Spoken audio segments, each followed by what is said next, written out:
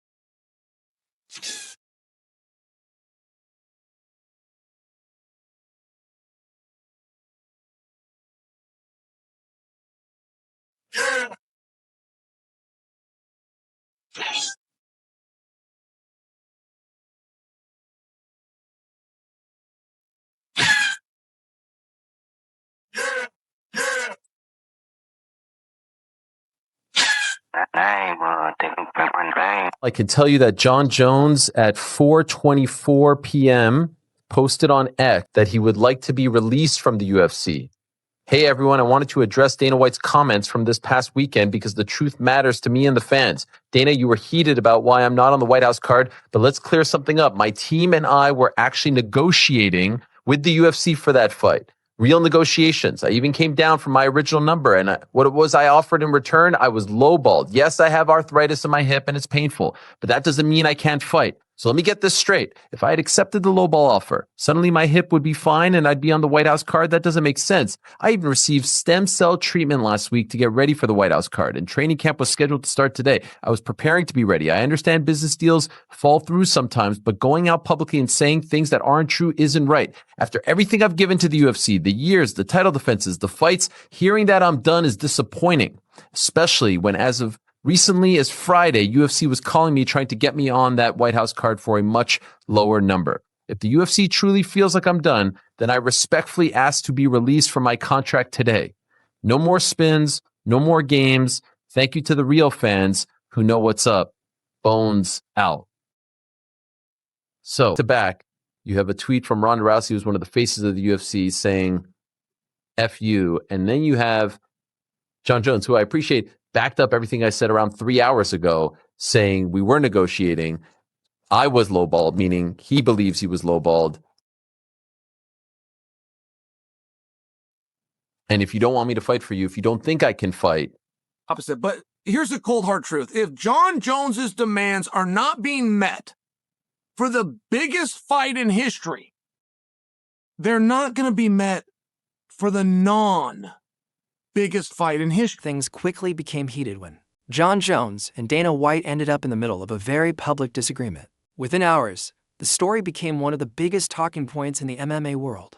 Dana White claimed that Jones was never seriously considered for the upcoming White House fight card, an event expected to be one of the biggest and most historic cards in UFC history.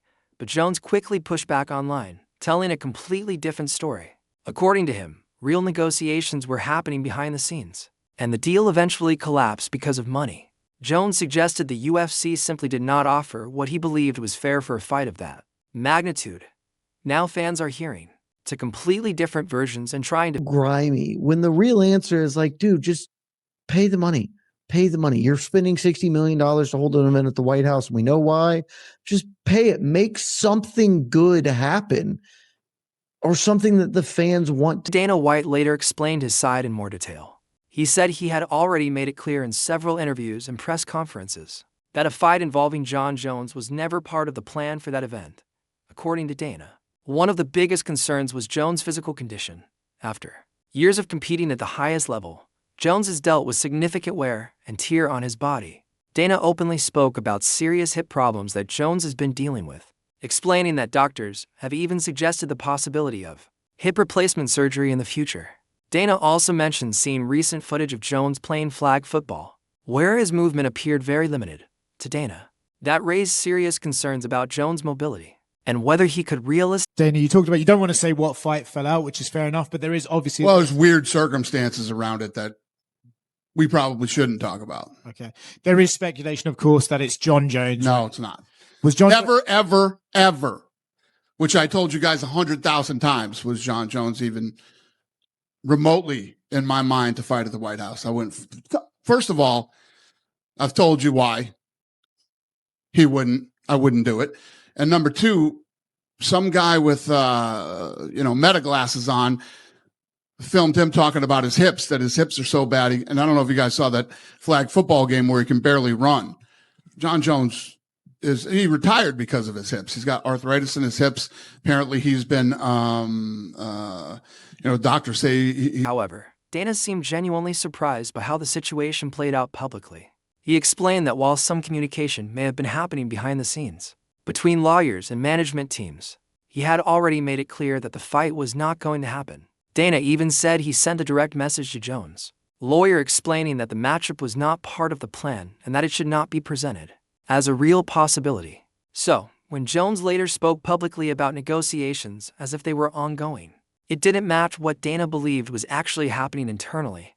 Because of that disconnect, along with the concerns about Jones' health, Dana treated the situation as if Jones simply would not be part of that specific event. From Dana's point of view, Add that on top of all the other reasons that I wouldn't. The Jon Jones thing is bullshit. Okay. I'm not saying they weren't talking to Jon Jones and that Jon Jones wasn't interested in the fight. And what was even crazier is Jon Jones came out and was like, I'm in negotiations right now for the White House fight, after I had already sent a text to his lawyer saying, never going to happen ever. Is it fair to say then Jon Jones is retired and this is